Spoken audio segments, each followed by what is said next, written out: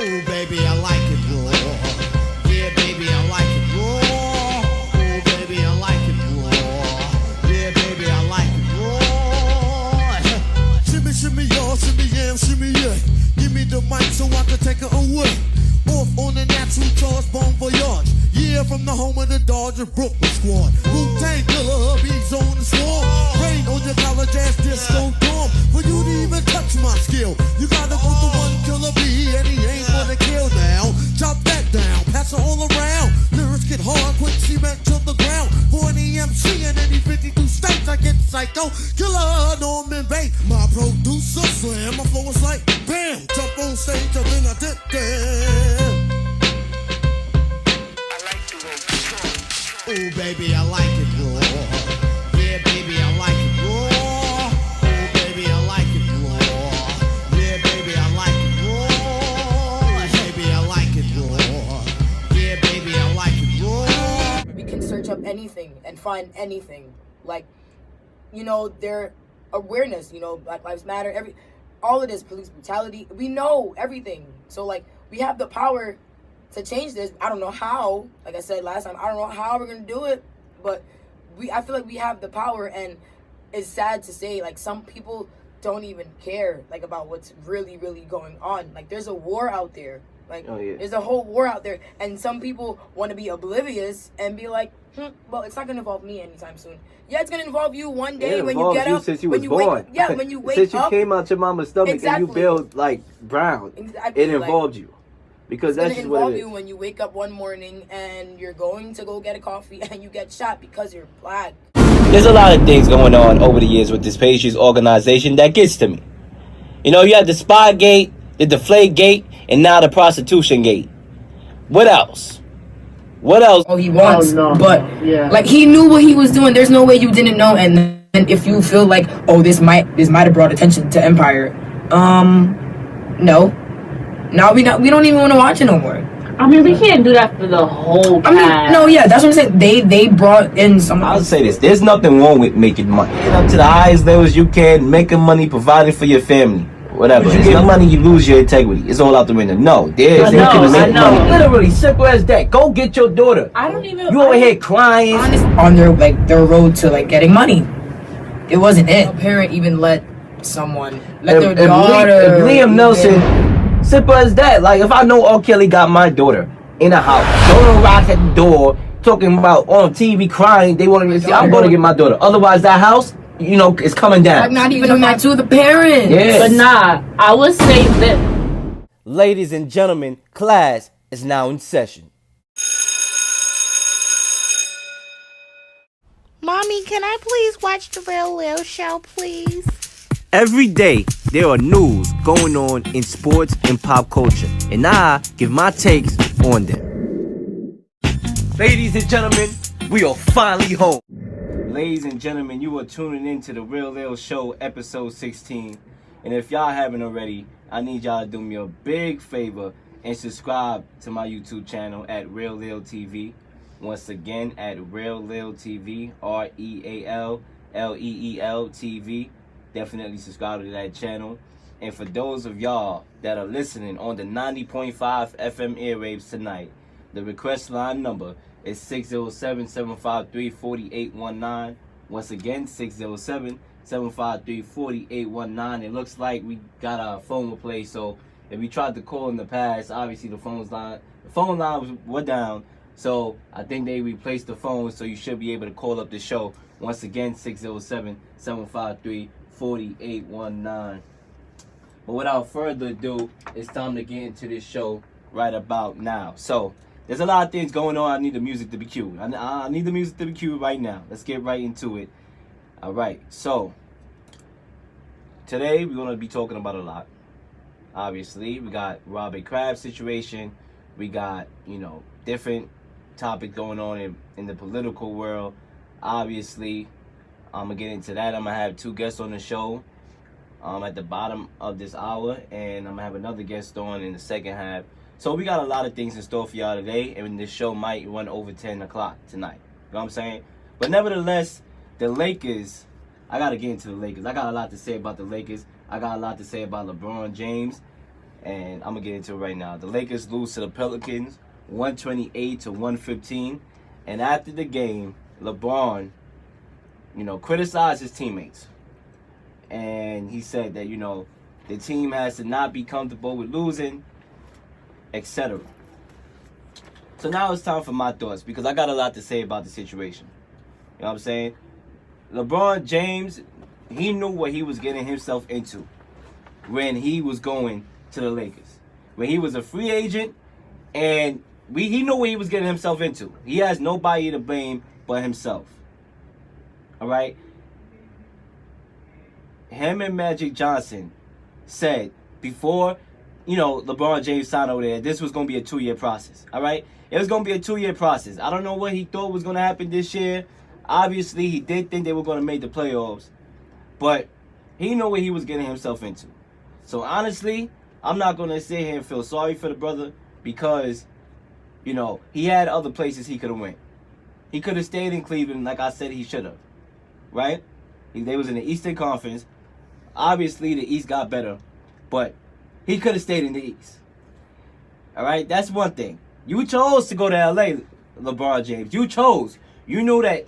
And that team was a bunch of youth. Kyle Kuzma, Lonzo, who was, he was still a project. Brandon Ingram, who has potential, but is still a project. You knew everything that was going before you signed there. You knew the devil in the detail. But you wanted to go there. So, quite frankly, I shouldn't be here and complaining. Number 2, the Lakers trying to deal for AD, right? When all that circulation was going through, that, you had the not Kevin Durant. You had the Anthony Davis talks with, the Lakers and the half of the team possibly being traded. You messed everything up because now guys is at the free throw line and all they hearing is LeBron's going to trade you. Like, these are young guys that are hearing this. It gets in their mind. All right, you're not veterans. These are young guys. So to have all their names, and I blame Magic Johnson too. He deserves every part of the blame just like LeBron James does. Because they should have just dealt with this quietly, but no. So now these players are hearing themselves in trade rumors. And now it messes up the chemistry. It messes up the trust. Because team chemistry in general, whether it's relationships, friendships, teammates, it revolves around trust. And if you don't got trust, you don't got nothing. So obviously there's no trust. Luke Walton is hearing that he's going to be fired on all the talk shows and this and that and all the rumors. This is going to be his last year. Brother, a little bit of breathing room, man. Don't make this brother, a brother that can't sleep at night. That's worrying if he's going to get the hammer, like MCM. All right? Give this brother some time. All right? We don't want another Ty Lue situation in which Ty Lue wasn't sleeping at night because, come on, man. I remember when Ty Lue was coaching LeBron last year. He couldn't even sleep. The brother couldn't even sleep because he knew coaching LeBron James is not easy because the expectation that comes with LeBron James coming to your franchise is a big, very big expectation. So allow this brother to be able to breathe and sleep at night. All right? Don't chastise this brother, Magic Johnson. Don't chastise this brother. Give this brother some leeway. I mean, it's just so much circulating, so much noise, so much rumors, and not enough basketball being played. That's the Lakers' problem. And I talked to my dad before the show. Obviously, huge sports fan. We always went through things together, obviously. And my dad had interesting points. When LeBron James, as good as LeBron James is, and he's good, he's one of the transcendent players of our generation. But when it's the good, right? When it's LeBron James doing heroics, it's LeBron James. You're the reason why everything is going good. Yes, LeBron James, credit goes to you. You made this happen. But when it's negative, when the team is struggling, when he's publicly criticizing his teammates, it's never LeBron James' fault. It's the team fault. It's everybody on the team fault other than LeBron James. When guys are on the bench sitting 5 yards away from you and you have a whole row by yourself, it's not LeBron James' fault. That's the problem.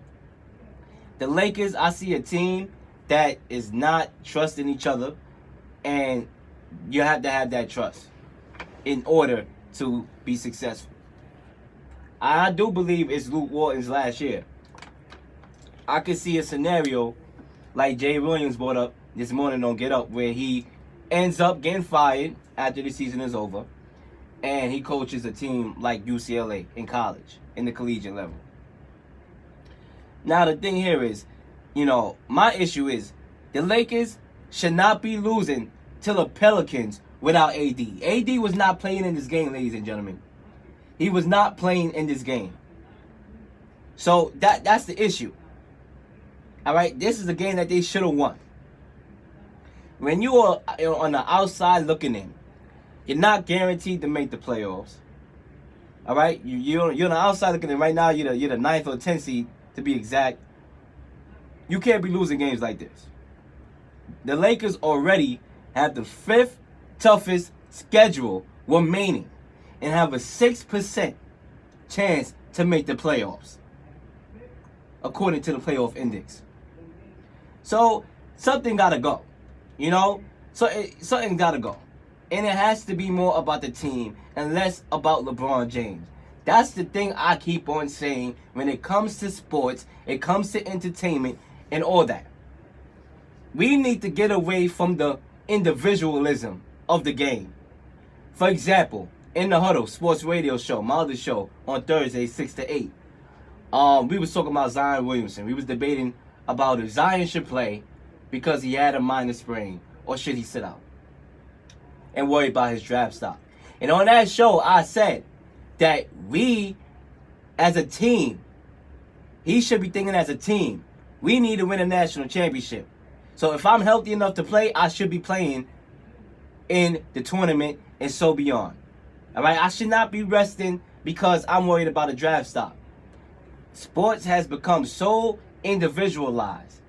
Guys are scared to compete. It's all about them. They want to stack the deck. They worried about getting another marquee free agent. And if they're on a lower market, they want to leave. Oh, let me go to New York. Let me go to LA. Nobody want to play for the lower market teams no more. So why the hell we got them lower market teams as a franchise then?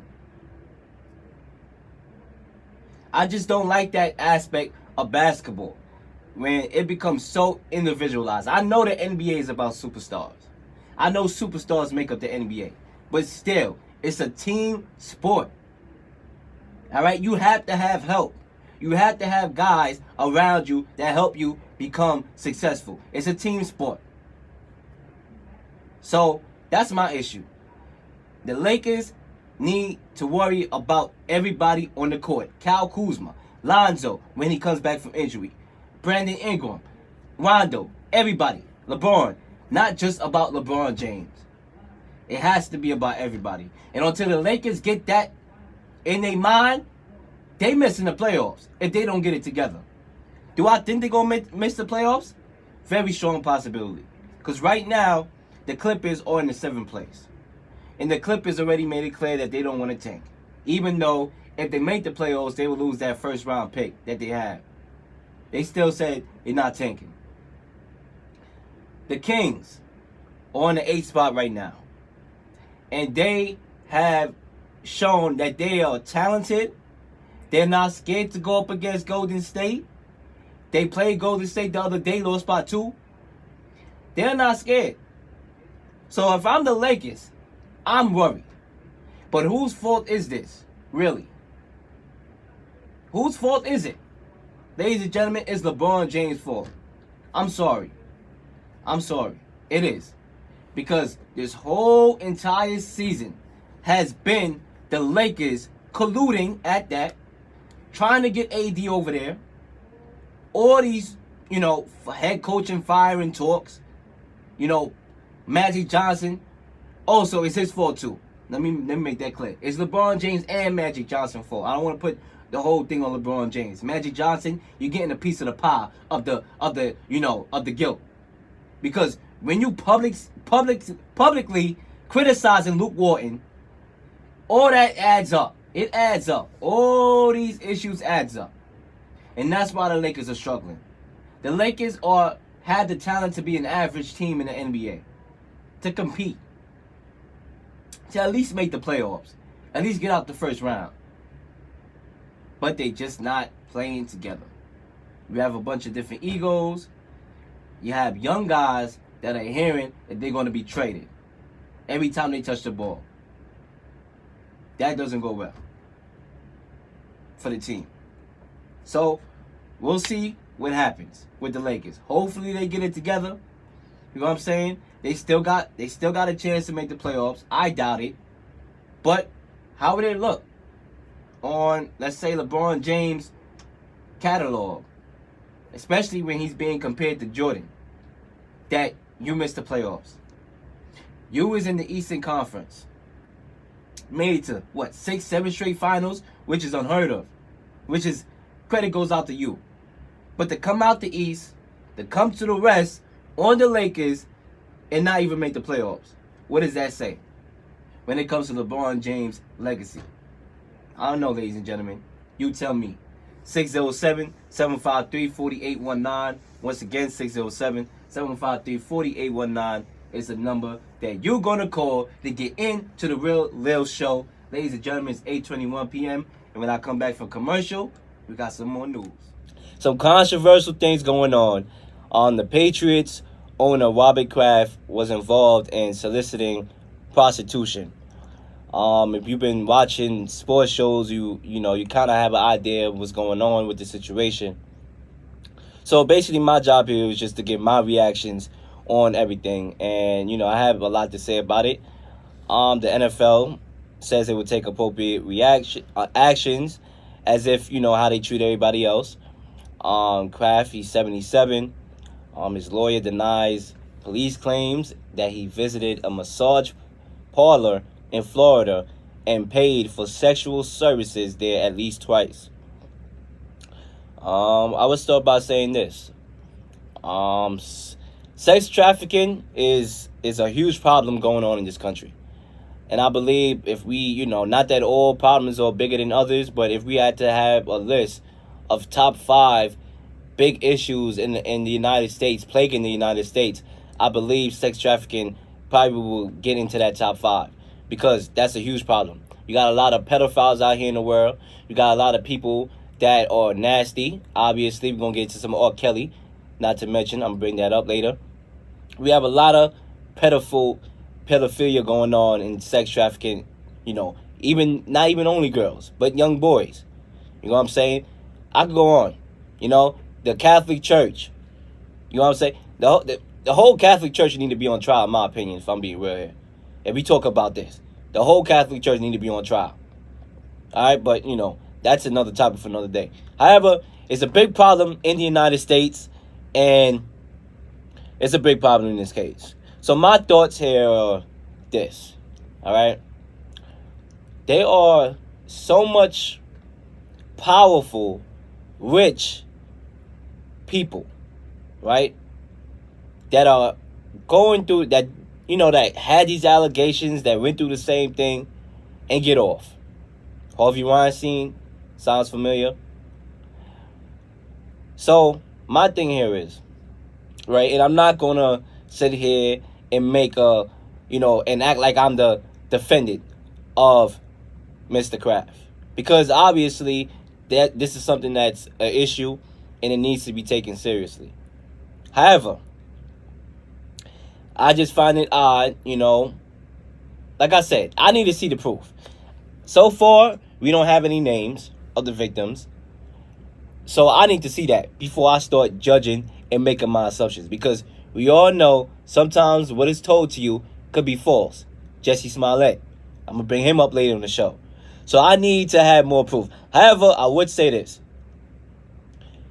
Robert Kraft, he has an involvement in prison reform. You see him hanging out with Meek Mill. He donates money to charities, thousands of dollars. More than that, thousands and thousands, probably millions of dollars to charities. Nice, warm, welcome guy. So it's hard to see, a person like this doing this, and it's very disappointing if this is the case. Because we know the guy to be one of the most polarizing figures and owners in the NFL. So people out here will be like, I know people that they say the first thing that came to their mind when they heard this was, well, he donates money to prison reform, and he hanging out with Meek Mill. So they probably getting after him. That's what I heard from a few people. Like I said, I don't know. I don't have the names of the victims. I'm pretty sure we will get more information. But there is a warrant out for his arrest, and it was, said today that there is a warrant out there for his arrest, and he will be charged. So I don't know if he's going to face jail time. If he does, it might be a short sentence because he's a first-time offender. So you could see anywhere from a year or less. Who knows if he gets convicted. I believe the NFL will take action, possibly facing a suspension or something like that. We'll have to see. Like I said, I have yet to see the videos. Obviously, I don't think I'm going to be able to see a video of that magnitude. But there's a lot of things going on. My thing here is this Patriots organization. There's a lot of things going on over the years with this Patriots organization that gets to me. You have the Spygate, the Deflategate, and now the Prostitution Gate. What else? What else is going to go totally wrong for the Patriots other than the winning aspect of everything? So always the allegation coming out. Then you got the Aaron Hernandez triple homicide. It's just like, wow. If you're a Patriot fan, you cannot get a break. There's always some news. So, ladies and gentlemen, I want to know how y'all feel about this. But I would say this. People get money sometimes. They become powerful. They rich. They powerful. Bling, bling. Money. Dollar, dollar bill, y'all. And sometimes they feel that they can bend the rules because they have such power and they have these riches. So they feel like they're on top of the world. They can bend the rules a little bit and not face the repercussions. So if Robert Kraft really, it comes to fruition that he did exactly what he did, then he should face the punishment for that. Like I said, I'm not giving this brother any leeway. Like I said, I need to see the videos. You're guilty until proven innocent. So I want to see it. But like I said, there are people out here with power and money that they bend the rules a lot. I just personally think that Robert Kraft is one of the people that this is coming to the news is because of the Meek Mill situation. That's my personal belief. I believe there's other people that do exactly what Robert Kraft should, and they all should go to jail. But I just believe with him having his foot on prison reform and being outspoken, I just feel that has something to do with why he's getting busted. My personal opinion. I might be wrong, ladies and gentlemen. You could call up the show. I might be wrong. That's just how I personally feel. All right? And that's just how it is. But yeah, sex trafficking is a huge problem in this country, and it has some. There's got to be steps taken. These things cannot happen at all. Voice is amazing, man. Shout out to Lauryn Hill. But I had my guest on this show. Communications and Africana Studies major. Okay. And I'm from Brooklyn, New York. Shout out to Brooklyn. Bye. We out here. I'm from Brooklyn too, so shout out to Brooklyn right now. It's like you know what I'm home saying? right now, honestly. Facts. Definitely like home in this booth right now. So there's a lot of topics going on in the world of sports, pop culture, and politics. And I want to discuss these topics with you right now. I noticed your first time being on the air. And what a show to be on the air for the first time, the real Leel show. Definitely. Obviously, you got to see me do work for the last couple of episodes. So my thing is here, I'm gonna start off with the first topic. All right, I'm gonna get right into it. There were 8 Ole Miss football players who knelt during the national anthem in response to the Confederacy rally on campus. So we see it a lot in colleges around the world where there's a lot of racism that still exists. We think, in these days, in this generation, that racism is over for the most part. For the people that, are growing up and they realize that it's not over. Yeah. And when they go to college, they see it here and there. You think because you go to school with these folks, that everything will be good and dandy. But in all actuality, you will have a moment at least one time in your college career where you experience racism. What are your thoughts on these players kneeling? Do you think it's a good political statement? And what are your thoughts on racism still plaguing college campuses? I mean, I feel like it's a good political statement, being that, you know, we have come to terms that this is what America is like. You know, the song Childish Gambino put out is not a lie. It's definitely the truth. And I feel like we need to raise more awareness in what is going on. Like, why should I play for a team or play for, you know, the benefits of the country when nobody respects me as a black man or respect me as a black woman? So I feel like it's very strong that we need to take a kneel to get people to understand, like, we need to change the circumstances of how the world, like, what the world is coming to. So, yeah. And there's a lot of people out here, you know. See, I could single out people, but I don't want to do that. You know what I'm saying? Even though it's a real show, I don't want to do that. But we all know who I'm talking about. There are the people that they use this as a tool to say, oh, it's disrespect to the country, you know, kneeling during the national anthem. This is a disrespect to the military, the flag, and all that sort. When people who do these protests clearly state that they're doing it to protest stuff like this, rallies and police brutality, Colin Kaepernick, we know about that situation and him being blackballed in the NFL. Mm-hmm. So my thing is, what should we say to those people? Like, what goes in your mind? How do you feel about people just using it as a tool to say, all right, it's disrespecting the country? When on all the actuality, the national anthem, you know, it was racism in it. Yeah, I want to first take it back, like, history-wise. I know a lot of us, you know, we probably do or don't know about history, but, like, don't, like, officially quote me, but I forgot after which war. I think it was a Civil War.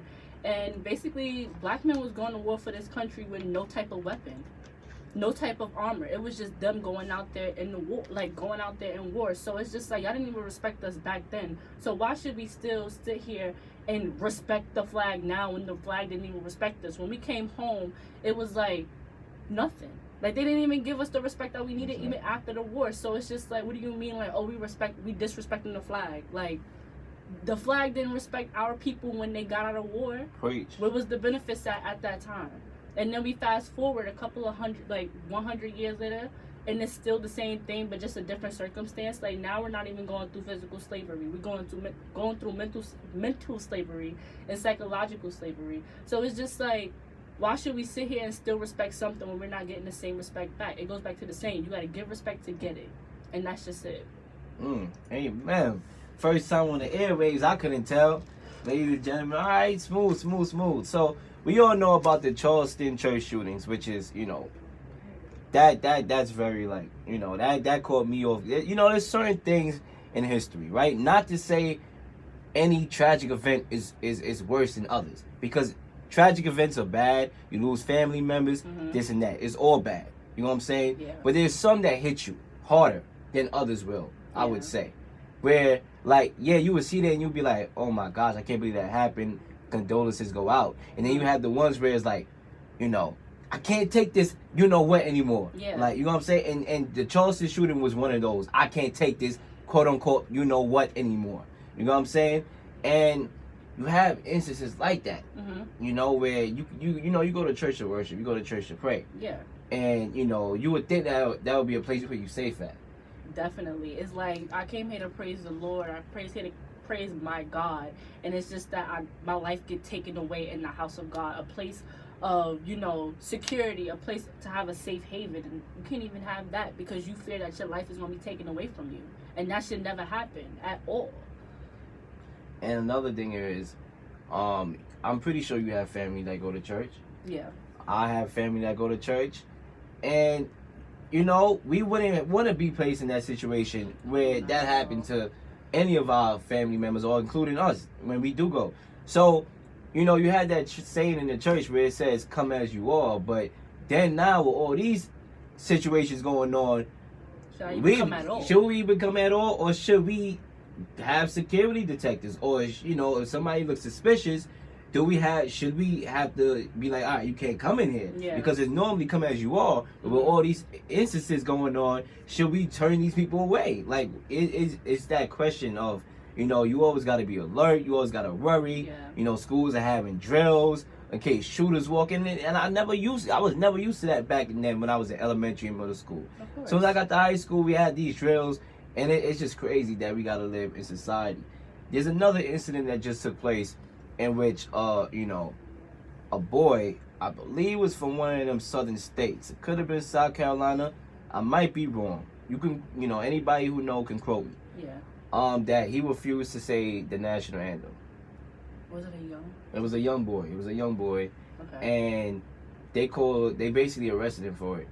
He was going back and forth with the teacher. He explained why, you know, he didn't say the flag. And the boy was like, you know, he was like, first of all, I think the teacher was like, then why are you here? And I think the boy said, because y'all brought me here. Like, it was like, this boy was on some, like, revolution. How old, first of all, this how was a old is young he? boy. Like, I think it was elementary or one of those middle school was a young boy.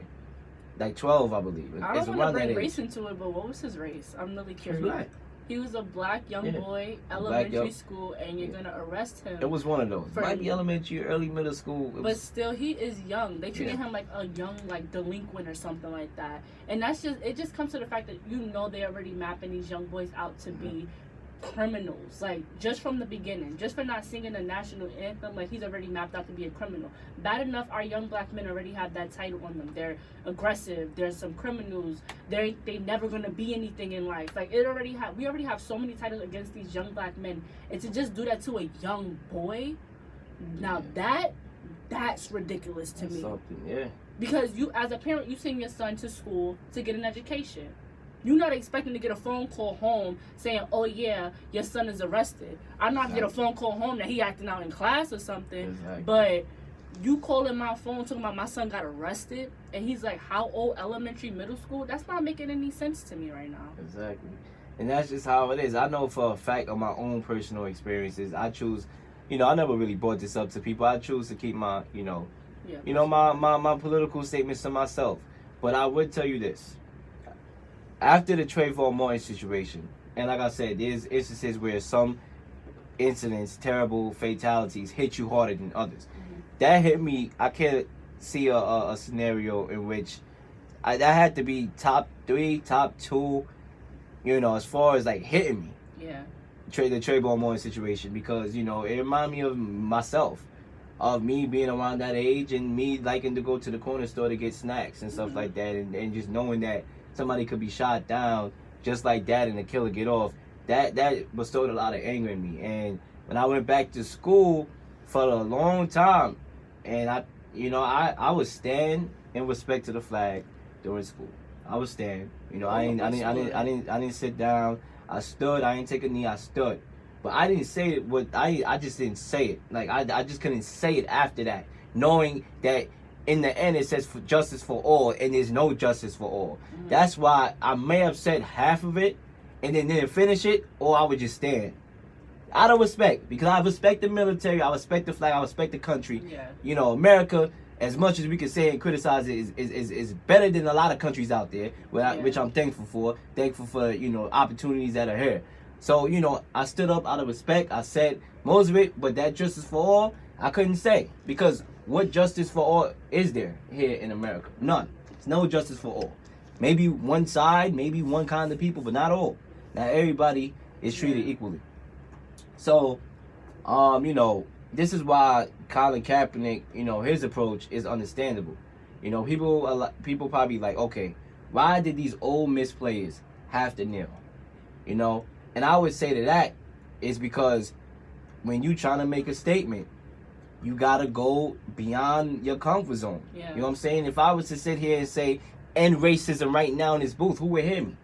I mean, unless the mics was over, obviously be on 90.5 air rays. Yeah. But if I'm walking down the street and I said, let's stop it, who would hear me? But if I'm on national television, I got a game on, all these people watching via CBS or whatever, and I take a knee, that's when people going to realize, okay, what are these guys doing? And then we bring to the light, all right, this is what we doing and why we doing it. Yeah. And I want to definitely say, like, I commend Colin Kaepernick a lot because he lost his job for his rights. And it goes back to the whole Monique and Steve Harvey situation. It's integrity over money. Because at the end of the day, you're gonna be just some regular, like, if you are an African American individual, man or woman, you are going to be looked at as an African American first before anything in this world. No matter how much money you make, you still gonna be another black man. And I don't know if many people seen that episode of A Different World.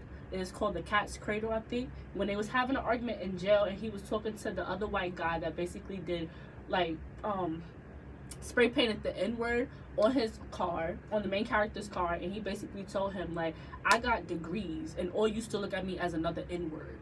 And that's just the truth. Because no matter how much money you make, no matter how much you do for the country, like, you're just another black person. That's it. And it's coming to a point where, like, I'm tired of having, like, my black men being, like, held to that, like, you know, that standard. Yeah, pedestal, yeah. Yeah, like, it's just, like, you're just gonna be nothing but that. Like, they work hard. And all my black women, too. Like, we work hard, too.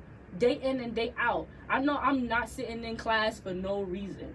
And you not sitting in class for no reason either. You get on this like every Monday. Yeah, every Monday and Thursday. Yep. You know, because you have something to prove. And it's just sad that at the end of the day, no matter how much work you put in, you're just another black person. And for Colin Kaepernick to, you know, lose his job for his integrity, I commend him 100% for that. Because I don't know how many black people would do that.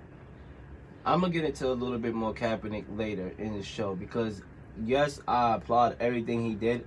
I was always that proponent. I always brought up Kaepernick's name on my show to give him some, you know, recognition for the things he took.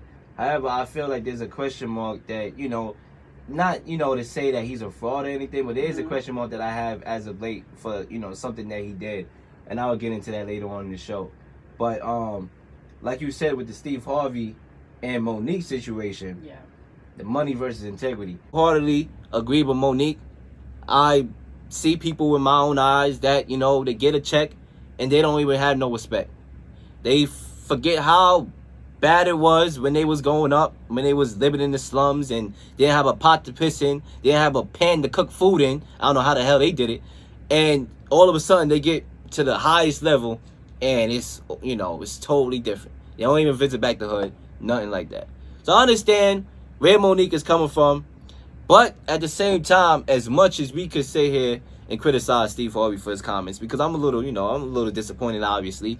You always want that black figure to, you know, show that he's a strong black man. But at the same time, Steve Harvey made it a point that, listen, I got kids that I got to feed. You know what I'm saying? I have children that I got to feed. So I understand where Steve Harvey's coming from at the same time. And I look at it like this. I agree with both sides. I mean, I believe Steve Harvey came out more as a, he could have came out better than the way he came out. Definitely. It's because always your deliverance rather, you know, delivery is like, it's not over like content, but at the end of the day, it's like your delivery and your content have to match with each other. So I believe there's nothing wrong. I'll say this, there's nothing wrong with making money. No, not obviously. There's nothing wrong with getting up to the highest levels you can, making money, providing for your family, whatever. There's nothing wrong with that. You can make money and keep your integrity. There is a way you can do that. Some people feel like as soon as you get money, you lose your integrity. It's all out the window. No, you can make money, keep your integrity, help people as best as you can along the way. And I think Steve Harvey has done a good job of doing that. I see him on Scared Straight. The Scared Straight. You know, stuff like that. I just don't agree with everything, like his approach to everything, because I feel like it's more promoting the things that we trying to eliminate in a way, but he cares. At his heart, he cares. Sometimes, you know, we have different ideologies, you know, like Malcolm X and Martin Luther King. They wanted the best for their people, but they just had different ways of going about it. Martin Luther King was more the peacemaker. Let's, you know, be peaceful and, you know, get where we need to get. And you had the Malcolm X's where it's like, no, we going to war and we fighting for our rights. And, you know, everybody had their own, you know, ways of going about things. Definitely. But I feel like what we need to do is, whether or not we think differently, we need to know how to come together and focus on improvements instead of disagreeing and having a whole war out of it. You know what I'm saying? I just don't like that part. But I understand where Monique is coming from. A lot of people are saying that, you know, she's making more. People would say this. They could throw this argument out here. She's making more than what a lot of people will ever see. You know? Yeah. And she should be content with that. My thing is, you in the business. All right? So you in the business, you know your worth. Yeah, if I believe I'm worth a certain amount of money, I'm going to chase that. Ain't nothing wrong with Monique wanting more money because she feels she's worth more. Yes, she's making a lot more money than other people, but still, you're in the business and you're on your grind. Ain't nothing wrong with her feeling that she's worth this amount of money from Netflix. Would they ever question Beyonce about how much she, if they was to give Beyonce less than like her worth, do you really think that like nobody would say anything about it? Like, she's going to get her worth because she knows what she is capable of doing. And that goes for Monique. Like, she knows what she's capable of doing. She's been in the business for, 20 plus years? A long time. Different movie roles and stuff like that. I just didn't like the fact that Steve Harvey tried to mold her into apologizing to Oprah and Tyler Perry and all these people. He just basically tried to, use that control over her, in which he apologizes for. Yeah, we know that, but still, I just didn't like that aspect of that situation. Peacemakers will try to find the best way to meet in the middle, and I think that was his way of trying to, have them meet in the middle, but I feel like that is on the individual's turn. They have to come to terms in what they want to do in that situation, and he should have asked if it was comfortable with her. If it was comfortable with Lee Daniels, Tyler Perry, Oprah, nobody knows what went on behind closed doors, so I can't really speak much on that. So, yeah. But, to close out this segment, I'm surprised, everybody on the team didn't kneel. Mm-hmm. But, everybody go about things differently. Definitely. I would have kneeled, to help, my fellow brothers. You know what I'm saying? I would have made some political statement to help, but, because it was only a few, it was only 8 of them. Yeah. You know what I'm saying? I feel like when you go to war with somebody and you're on a football field with somebody and you're going, like I said, you're going to war. Football is war. CTEs, concussions, you're going to war without the guns and ammunition. Yeah. You know what I'm saying? Your helmets is your weapons. Yeah. You're going to war with these cats every day. And to see your fellow teammate out here kneeling in protest because of what he has to go through every day being a black man, I would have, been right with him. But, like I said, everybody go about everything differently, and that's why we live in America. Yeah. 607-753-4819 is the request line. Once again, 607-753-4819 is the request line. Let me know how you feel about the various topics discussed so far on the Real Leel Show. Once again, 607-753-4819. And when we come back for the second half of the show, we're going to get into some more topics. Ladies and gentlemen, we just basically getting started. Don't go nowhere. You tune into the Real Leel Show. Hour number 2 of the Real Leel Show starts right now. And in this second hour, we talk Spike Lee winning his first Grammy. We talk the Jussie Smollett situation, the R.kelly situation, and Nipsey Hussle working on that Dr. Sebi documentary. Tune in, ladies and gentlemen.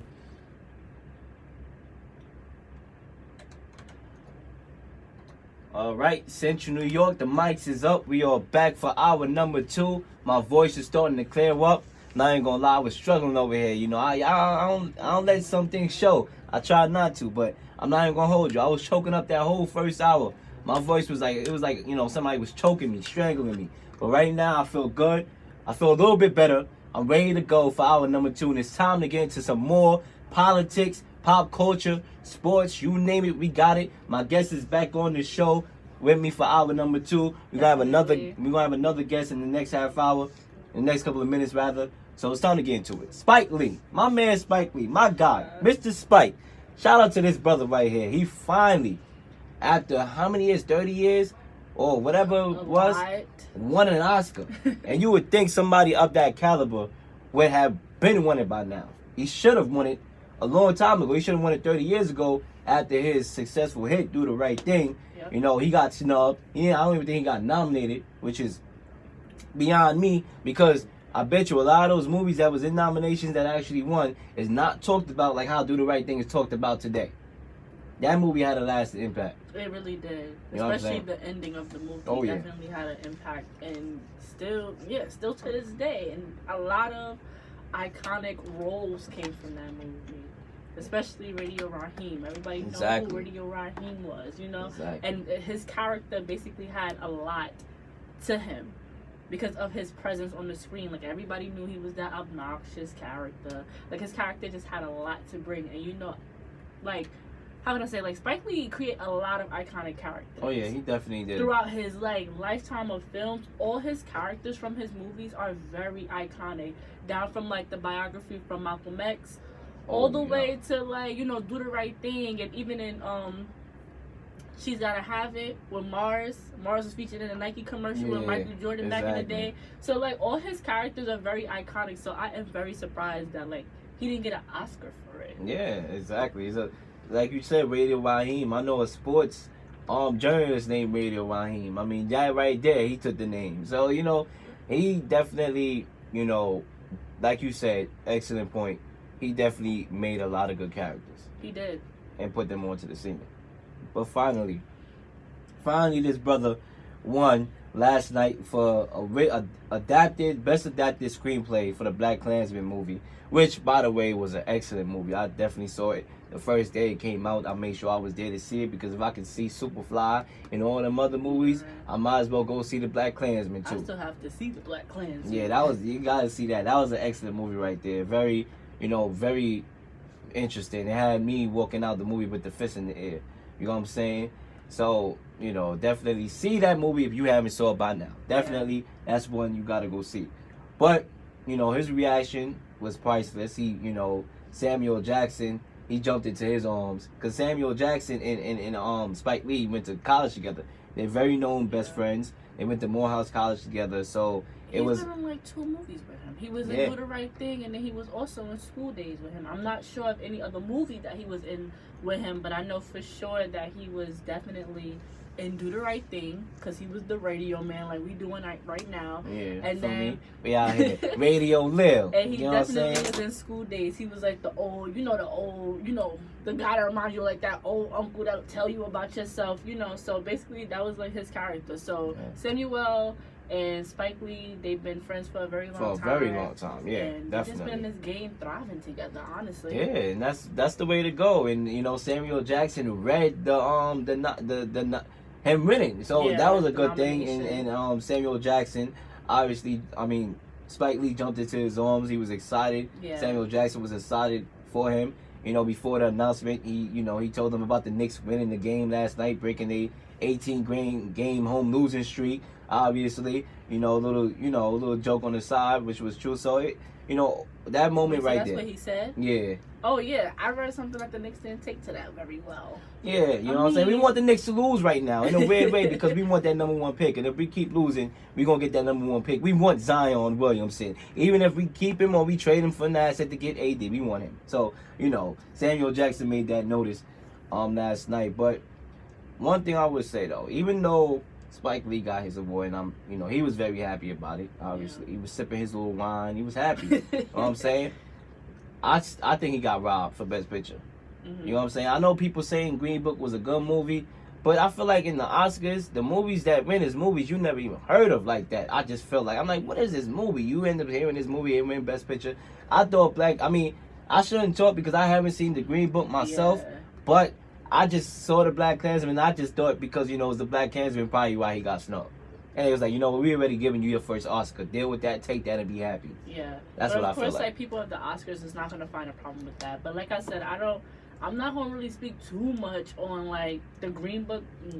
Yeah, I didn't see the movie, so I can't really speak too much on it. And I'm a person that if the movie really deserves the credit that it needs for an Oscar, I would say it. But since I haven't seen none of the movies, I can't really judge. So I just feel like, based on previous Oscars. Yeah. Like I said, I had to watch the movie. Mm-hmm. But based on previous Oscars, I feel like movies that win is movies we never heard of. It's like that all the time. You know what I'm saying? I mean, like, with the Oscars, it's the same thing, different year, honestly. If I want to be honest, that's why I don't watch it. Because it's the same thing, different year. And it's just like, they always try to find a reason to be like, well, why it always have to be about race and all this other stuff. And it's to the point where it's just like, I don't even like entertain it. I don't know who be getting nominated. I just don't watch it because I feel like it's the same thing, different year. And then it's just going to be like, well, this should have won or that should have won. But, Another thing, too, that, obviously the Oscars had a lot of controversy with Kevin Hart's situation. Yeah. They didn't have a host for this Oscars, which was weird. Who was the host this year? They didn't have a host. They just literally went hostless. So, You know, that's another situation that has its up and downs, and Yeah. you know, I ain't really comment too much on the Kevin Hart situation because I don't know what to think of the Kevin Hart situation. I do have I do think he has a right to say what he felt, and I don't believe that, you know, something that was said 10 years ago should have an effect on you now, because obviously we mature, we grow older. Yeah. But you know, I know, like, Ellen, on her show, she brought him to the show, and she did, like, she reached out to her friends at Oscars to try to get him back. But of course, like, once you stuck in your ways, you just be like, forget it. Like, as people, once something don't fall your way, you become stubborn. And I understood where Kevin Hart was coming from if he didn't want to take the second offer, because it's like, whatever happened the first time happened. Like, you did what you did, you can't take that moment back, so why should I come back? So exactly. I appreciated Ellen for that, because I was like, she really tried, because she was like, it came from like a place of, I don't know if I want to say concern, but it came from a place of love. Gratitude, you know. Yeah, like she really definitely reached out so she can help Kevin Hart. But I don't want to say help, because he can get help on his own, but like, she really did it for the love, because she loved him, you know. So yeah. Yeah, and Spike Lee reportedly wanted to storm out the Oscars after hearing that he got which is, you know, understandable, because, you know, like he said, the ref made a bad call. If we talking in sports ideology, the ref made a bad call. You know what I'm saying? I totally agree. But, you know, I happen to meet Spike Lee twice in my lifetime. I met him once at Fort Greene Park. He was filming a movie. I went to school in that area where he's actually from. Bishop Loughlin. I went to school over there. Shout out to Bishop Loughlin. You know what I'm saying? Always a Loughlin night.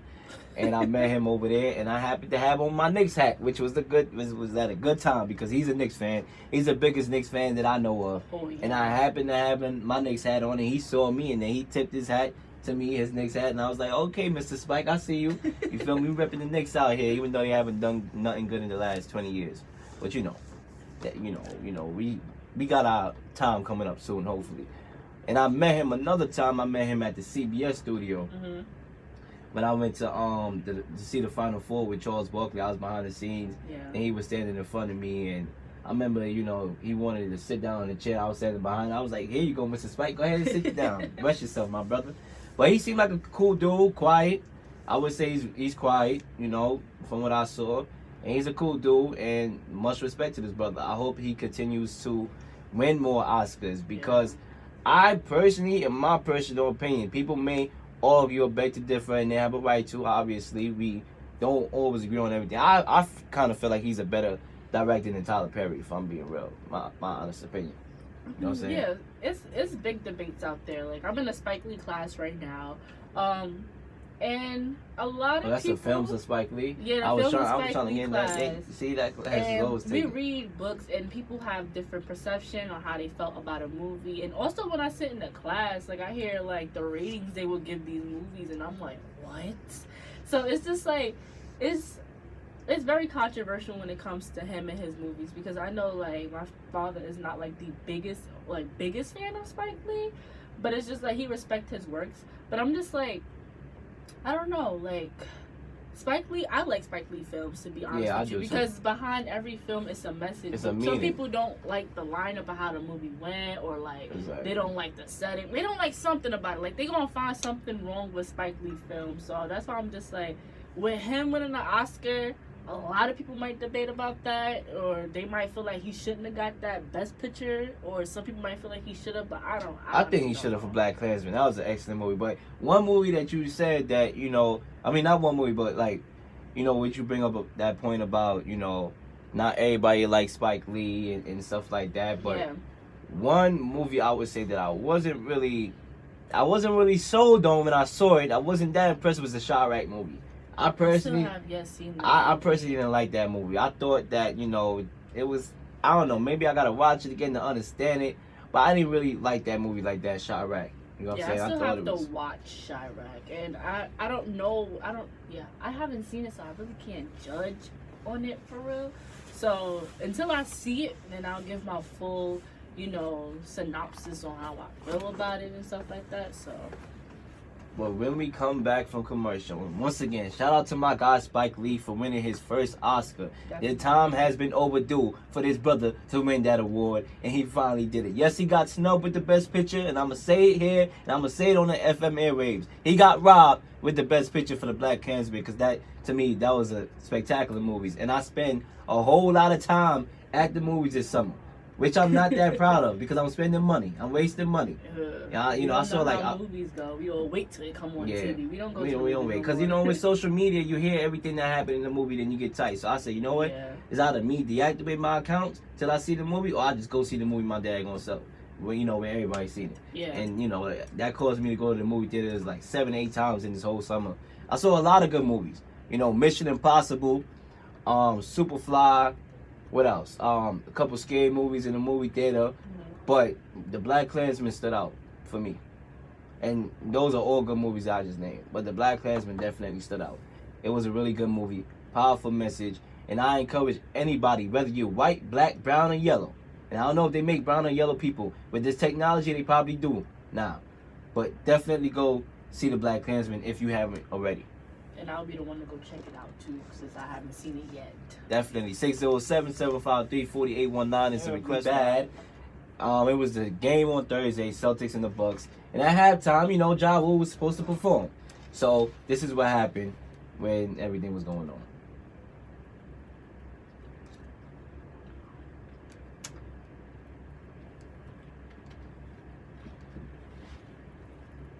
They said this is 90s night, so they brought out a 2000 artist. But my album came out in 99, so I guess that counts. Sanchez, we ready?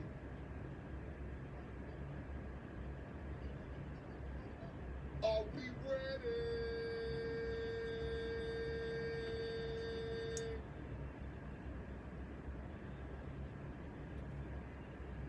I guess not.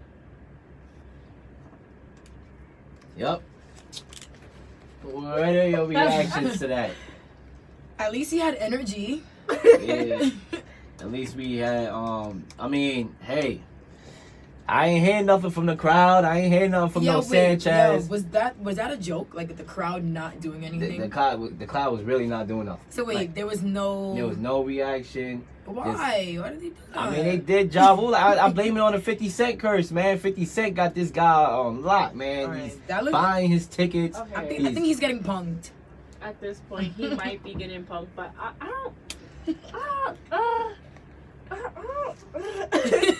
really don't know how to take this whole situation. Like, okay, so like the music wasn't playing or something. Yeah, wait, yeah. What? That was acapella. So basically, it was a combination of two things. It was a combination of, technical difficulties, which is understandable, but it's the combination of like the crowd just being silent and just like they wasn't right for that. Yeah, they really wasn't right for that. They wasn't feeling Ja Rule, and he had a lot of flack on social media. Social media is a place where you get roasted. You get roasted like you 100%. And everybody was coming at him. Everybody was laughing at him. 50 Cent, obviously his longtime rival and beef partner, had something to say about it. 50 Cent always got something to say. What he say? What he said? I don't know what he said, but I know he said something about it. It's so annoying. Like, I really don't like 50 Cent because he's like, he's funny. He's funny, but like, he's funny. He's not annoying. Like, I need for him to just continue making power. Power now. Stop taking a year. You know what? You take a little year to do. It's power. Take a little year to do power, and like, just live your life. He really died in Power though. Yeah, I saw that episode. You know what's crazy? I don't even watch Power. Like, I watched that episode. I was like, oh. Yeah. I was screaming my head off at 4 o'clock in the morning. They like, yo, what's going on over there? I'm like, listen, if you watch Power, you know what I'm talking about. Nah, that was wild. Yeah, that was wild. But I think 50 Cent need to leave this brother Ja Rule alone. He needs to just leave everyone alone. That's all I'm saying. But like him in particular, like they've been beefing for mad long. Like, why? Yeah, what's the beef? Like I said, I forgot how this beef started. I just know it been going on since like when I started listening to rap. Like it's been that long, and 50 Cent just been petty. Like he bought out, I believe it was 200 seats out of Ja Rule's concert. This way it could be empty in the front row. Like just mad stuff going on. Yo, that means he got way too much time on his hand. I'm gonna need for him to not buy somebody's tickets and start putting out more power shows. Like, what are you Putting out doing? more music, man. 50 Cent was good. Nah, he was. I ain't 50 even gonna Cent was hold good. you. I ain't gonna hold you. Like he's good. But I'm gonna need for him to just stop. Like, Yeah, he's really petty, and honestly, like I think he's getting a little too old for that. Yeah. Or maybe it's because he's old, so he just wants to be relevant. I mean, you said it right. relevant enough. I mean, he's relevant Honestly, enough. no, I don't really think he's that relevant. Power made him relevant. Yeah, he's. Okay. Because But he you came know, back. I like, feel like he fell off. If you for a got minute. money, why do you need to be relevant? You right? I mean, You feel me? Fire Like, and Water made him relevant, definitely. Okay. When he had that, That something was going on. I forgot. he was an ambassador. Yeah. Is he still an ambassador? I have no clue. He's probably not. Ja Rule, so what happened was after all the social media flags, Ja Rule took to Twitter, going on a little rant, saying that, you know, the Timberwolves is not gonna make the playoffs in the next 30 years and so I'm like, listen, don't blame it on the daggone Timberwolves. What the hell they did to you? You know what I'm saying? It was your fault, your technician fault, or whatever. You gotta get at them. Don't be getting on the Timberwolves for whatever reason. You know what I'm saying? Like, I just don't understand that. I don't even watch basketball like that anymore. I didn't realize.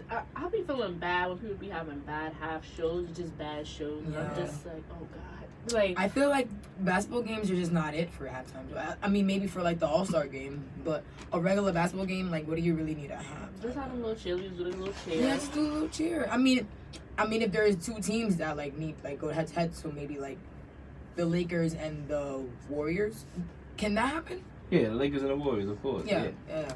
But yeah, if that could be a halftime show, it could be a halftime show for that. Most definitely. But Just for that. yeah, but anything else, I don't know. But anyway, moving on to this Jesse Smollett case or whatever.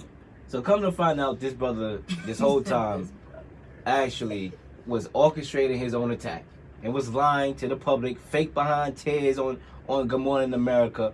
And I'm just saying, I'm like, this clown. He was bored. I heard it's because it had to do something with Empire, how he wanted a raise or he wanted to be something like that. I heard it had to do with Empire. He wanted a raise or whatever. And now this brother might be getting a raise in his time in jail. Like, Honestly, I've been praying that this situation is not true. What, him lying? Yes, like I've been like, yo, are you serious? Because my whole thing is why. Like, in the age of makes clout. no In When the I heard age about of it, clout. when I looked at it, I was just like, oh, well, kept scrolling. I'm like, we don't have time for that.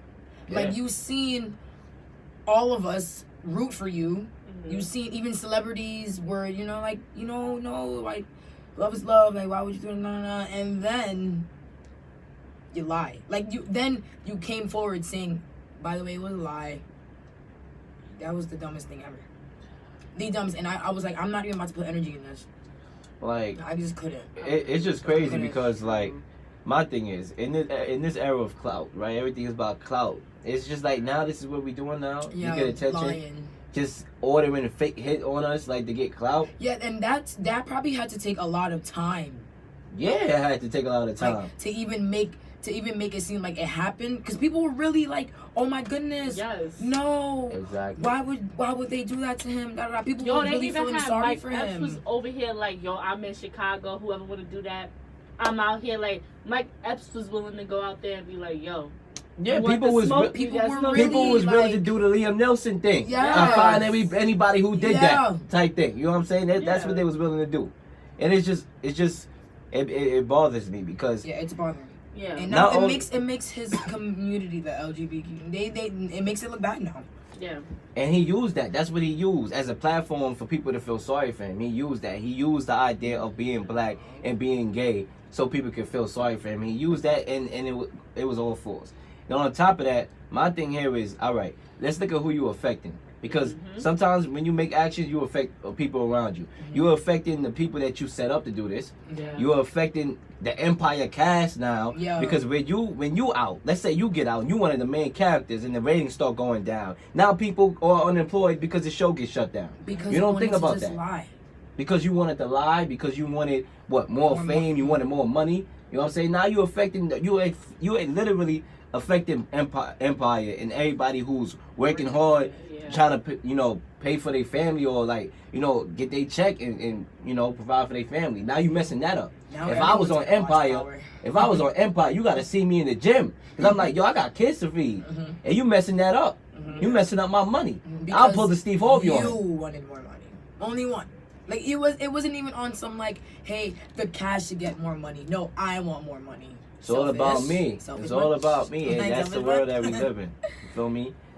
We live in this world where it's all about me and my needs, and we don't think about the other people we affected by what we demanded. And it's just crazy. But my thing here is, right, because I don't know if he's gonna face jail time or not. He had a mugshot. He had a mugshot. Yeah, I So- think they giving him 2 to 3. That's what I heard. I heard 2 to 3? I heard a 2 to 3. He need maybe like 5. That's just stupid. For him to let it marinate in his That's head. just stupid. Think about what he did. And to go on news networks with them fake puppy dog eyes, I didn't even tears. know he did that. He did all that. Was it Good Morning? It was Good Morning America. It was another one. He had another interview. And he was crying. And he was crying. You see? Puppy dog tears. Oh, it's the only one. My bad. I got 2. Okay, my bad. I'm It was just Good Morning like- America. That is wild. I My- can't believe he did that. It was like 7 minutes long. It wasn't Yeah, that it long. It wasn't was like that long. 7 minutes, but it had millions of views because we're all like, Oh when my he gonna God. speak out? When he gonna speak out? Because like, I don't know if it was a week or 2 days after the whole situation happened. I think it was like a couple of days. Yeah, He did a show out in, was it Chicago? probably. He did a show. And it sold out.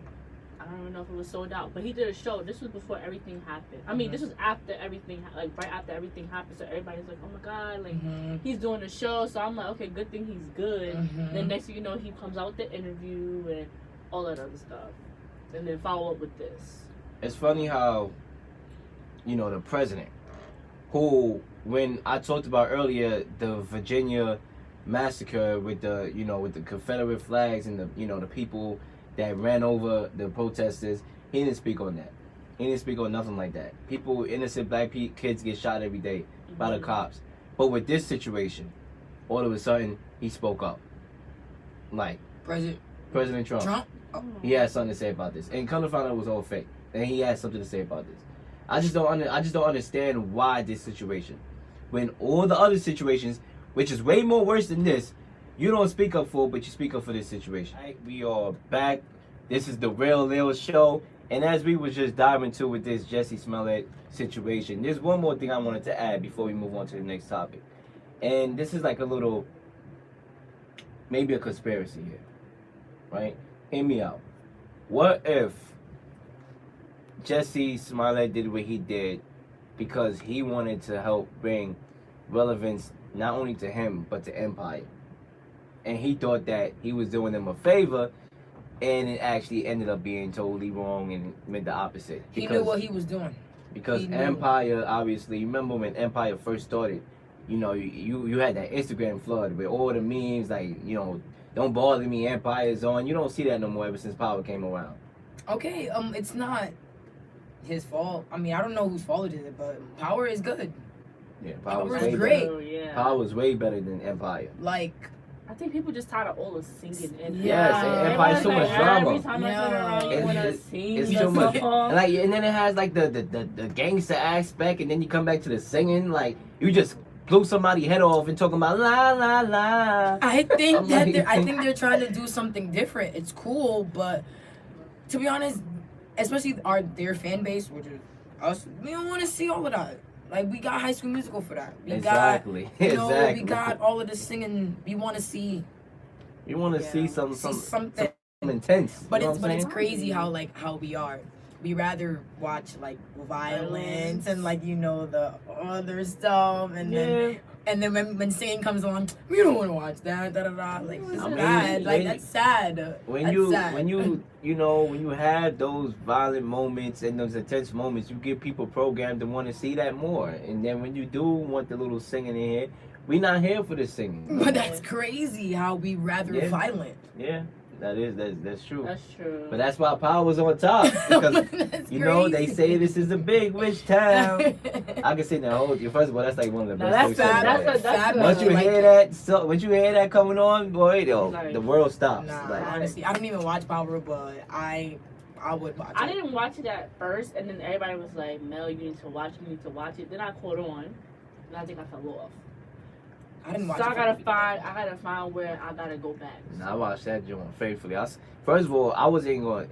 Like when I first watched it, it was because like it was the first ever episode that came on live, Yeah. and I was at my dad's house and he wanted to watch it. I wasn't gonna watch it if I was by myself. I was with my Mhm. dad. That's how from the first episode, I'm like, oh, this is actually legit. Mhm. And I started keeping up with it. I'm like, yo, once you get into it, because I know people that missed the whole first season and caught it on the second, and then went back and watched the first, and then they caught up. I know I people think I that caught it up. on the third and never went back. Cause honestly, I don't need to. exactly. At this point, you get the whole gist of the movie.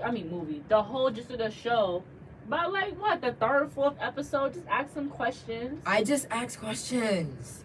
I feel you. I'm that annoying friend where if we're watching a movie, I'm gonna ask what's going on. I'm like, hey, what's going on? Da, da, da. And if you answer. I'm gonna be like, oh, okay, that click. Oh, all right. I don't need to watch All you anything. need is a good Before. Q&A. Yeah. So what do That's you it. think about that conspiracy though? Do you think it's any accurate to it, or He's it just not. was all about him, or was it like maybe he was trying to bring relevance to him himself, obviously, and into Empire? He went about it the wrong way because you literally made people believe that this happened to you and people were sad for you. Yeah, Exactly. I People were was. sad. People were really on some like, no, like why did this happen? We need to do better. Nah, nah, nah, nah, nah. And people were willing to maybe kill the people that exactly. died. Like people was really He ready to can't go come back Leah from Wilson. that. He can't come back from that. Yeah. I mean, he could say sorry all he wants, Oh, no, but no. Yeah. like he knew what he was doing. There's no way you didn't know. And then if you feel like, oh, this might have brought attention to Empire, no. Now we don't even want to watch it no more. I mean, we can't do that for the whole I cast. mean, no, yeah, that's what I'm saying. They brought in someone else. But he was like Nobody's he not was gonna one of the watch main it. That's what I'm guys. saying. Killed Yeah, them. he Just killed killed it. them. He Yeah, killed he it. killed it. And Killed that's it. what I'm saying. He's a dummy.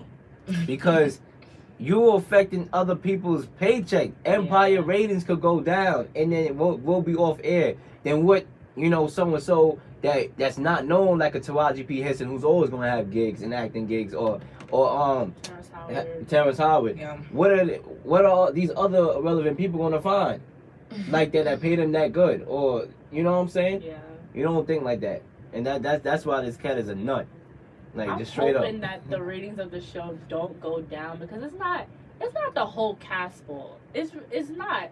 So I feel like Listen, I if stopped you watching love Empire anyway. No, if you love Empire like you say you love Empire, You gonna won't- still watch it. Exactly. You You're gonna not see gonna who back replaced him. away. I'm gonna be honest. I do feel like some of the ratings of Empire did go down, but I guess It went they're down still, with him there before the situation. That's what I'm saying. Like I feel like it was going down. Like I don't know why, but I don't feel like he's like the ultimate reason. But if the people that are faithful watchers of Empire, They gonna keep watching it. yeah, they might. Well, if they bring in a new character, I don't know. They 'Cause as gonna soon watch as to see what's going on. Yeah. in the beginning. Yeah, And in when the that beginning. character If start it getting is good, lame, yeah. and then they gonna be out of there. Yeah. Me, I stopped supporting Empire even before this situation because I just thought they couldn't keep up with Power, and there was a couple of episodes that was whack. Yeah, I'm like, you're just Team Power, bro. yeah, I'm You're team Power. Team You gotta go with the Power. You gotta feel me, Power over You can't Empire. even say you can't catch up because honestly, both of them come on at two different times.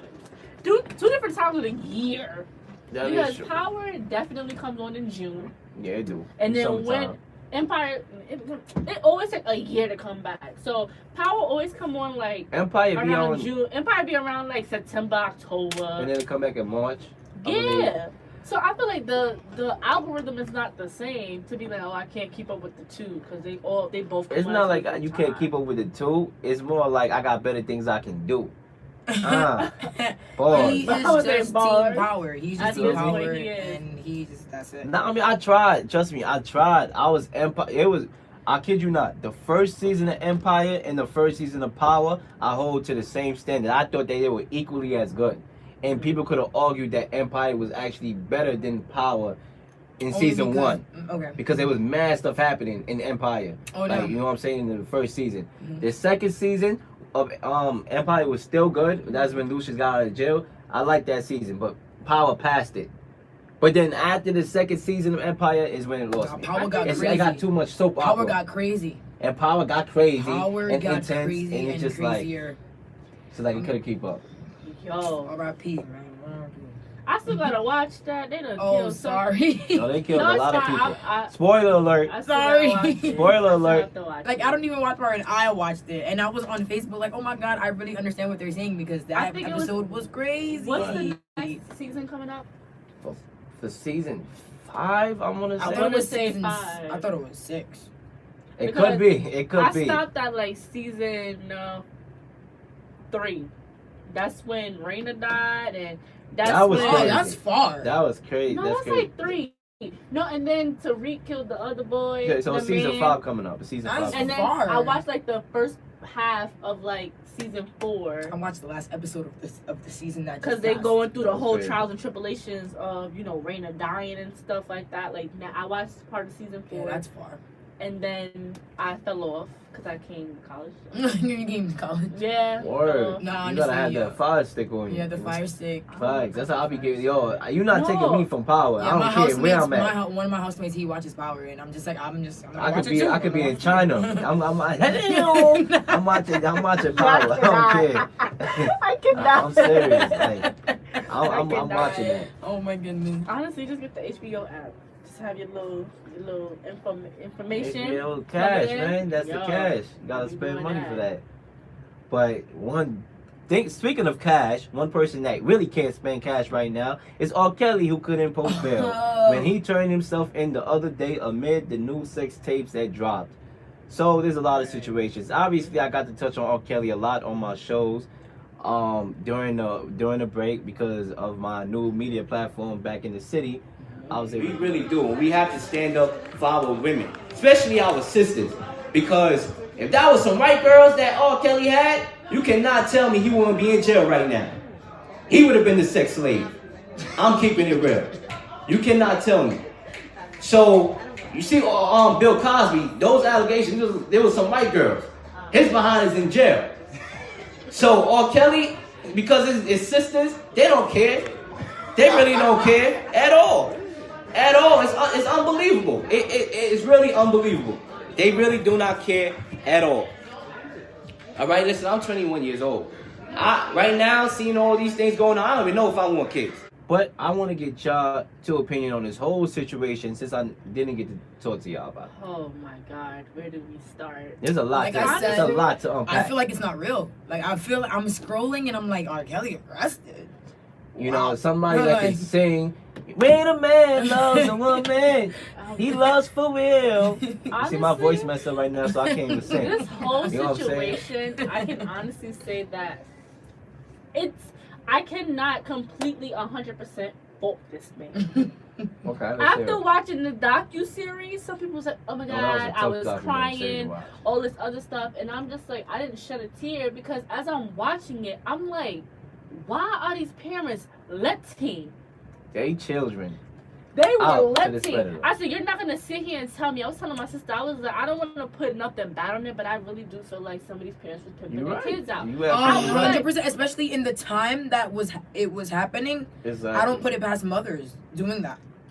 First like, of all, especially the I knew time. about the whole thing. you, at, with Aaliyah, like back then, Yes. and Yes. they still allow their All kids right, to go there. at the time, I didn't know how old Aaliyah was, but I can say that I did know about him peeing on that little girl, and that was like in elementary school, and my parents had a hard time trying to explain that situation to me. So it was just like, just know, like, that ain't right. It's Like, you not couldn't good. find So you a I toilet. was like, yo, whoa, he is a nasty man. He over here peeing on little girls. da, da, da. Little girls. Yeah, It wasn't so women. this is little. me at like elementary school, and then as I got older, I was like, nah, like he a good singer or whatever, but my man's out here peeing on people like that's okay. At home, I was like 14 years old. Then as I got older, I'm like, I would never go within 100 feet of this man. I'm not gonna sit here and tell my parents, oh, Ma, I want to go to an R. Kelly concert. And then I forgot the parents of Azriel, y'all let her go on stage. Cause Right. it was like, yeah, we let her go on stage. What do you? And then you was there with your father, your mother. Exactly. Oh, he promised her this, that, and the other. And then we took the sister, went with her to the on tour or whatever like that, wherever they was going. And then they was like, oh yeah, he wanted to get the people from his team to feel comfortable with her going without the parents. What do you mean? I'm not gonna be with my daughter. No. So my whole thing is like, some of the stories wasn't adding up. And especially one girl, I forgot her name, but she don't, not Jocelyn. The one that got Dominique in the house. She's still there. Yeah. The one that got Dominique in the house. The one that met Dominique on I'm sorry, I didn't watch it. I'm not gonna hold you. I'm not gonna hold you. Jocelyn like the type that she gonna go to jail with him. Like, want to go to jail with him. Like, she's not breaking away. Yeah, she look like she ride or die. But like, I don't. Yo, the one that got Dominique, and I forgot her name, cause now she got her friend. She got her friend in there. She set up a friend. Yeah, but she was the same one outside the courthouse when the whole trial went on. Like, oh my God, R.Kelly, I'm here for you. You know, she was all up in his face, skipping school. Half of these people got themselves into the situations, but the ones that didn't know, I would say, yeah, it's one girl. She started seeing things like happening, and she exit as quick as she can. I don't know her name. She should.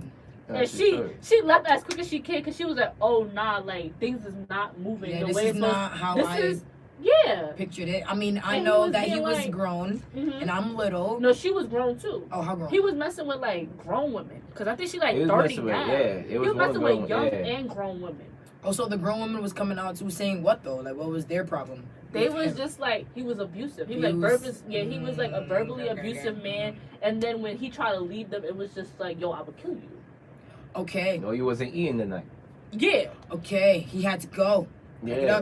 And one girl, she was the smart. I'm sorry, but she was like one of, I don't want to say like the smart ones, but basically like, I mean, if you keeping it real, if you keeping it real, like it's smart. Out of the grown adults, but the grown adults, some of them was just, they was scared, and I seen why, because it was like, yo, he's not capturing them in the house, but it's just like homeboy was being very abusive. He was like they was in a domestic violence relationship with this man. My thing is too, you have these parents that's getting me tight, right? Yeah, the parents. You got a whole father, a whole man, a grown behind man at that, crying on TV, talking about they won't let me see my daughter. We on FCC areas. I can't say what I'm gonna say. I know. Boy, if you don't go get your daughter, literally simple as that. Go get your daughter. I don't even. You over here crying. Honestly, I think that the parents, they probably thought this was their way on their road to like getting money. It wasn't it. Because why would a parent even let their daughter... If Liam Nelson could go on a murdering spree for somebody that raped her friend, his friend, and you a father and your daughter is out there, you go Liam Nelson on the guy.